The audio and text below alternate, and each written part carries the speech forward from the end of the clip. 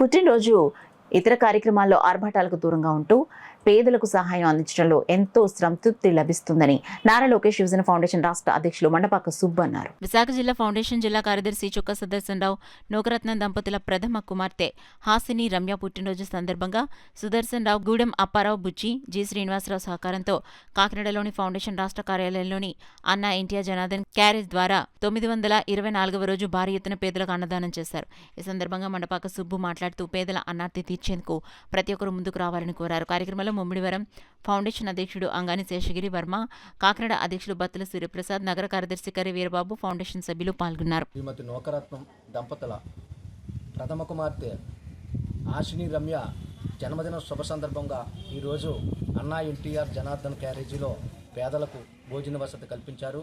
రాష్ట్ర కమిటీ తరపున నా తరపున హాసిని రమ్యకి హృదయపూర్వక జన్మదిన శుభాకాంక్షలు.